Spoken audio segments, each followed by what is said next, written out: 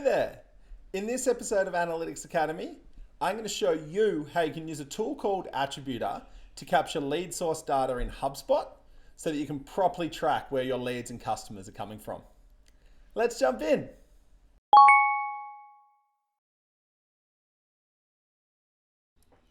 Attributor is a small bit of code you add to your website. When a visitor lands on your site, it detects where they came from and saves the data in a cookie. Then when they complete a form on your website, it writes the data into hidden fields in the form, and the data is captured by your form tool and can be sent to your CRM and other tools. Finally, you can use this data to run reports that show things like how many leads you got from your Google ads, how many customers you got from your Facebook ads, or how much revenue was generated from your SEO efforts.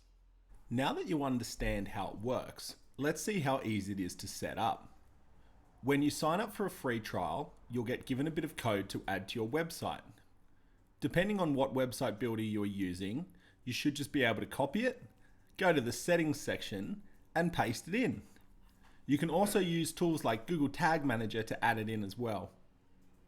Now go to the tool you use to power the lead capture forms on your site. We use Gravity Forms ourselves, but the process is similar for Wix Forms, Typeform, Webflow Forms, and more. Start by dragging and dropping 6 hidden fields to the bottom of your form.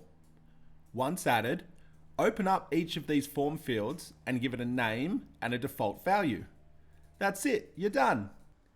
Now when someone completes a form on your website, Attributor will write information on where they came from into these hidden fields, and it will be captured by your form tool.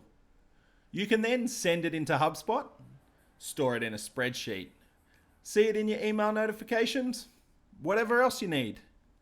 To learn more and start a free trial, visit attributor.io today.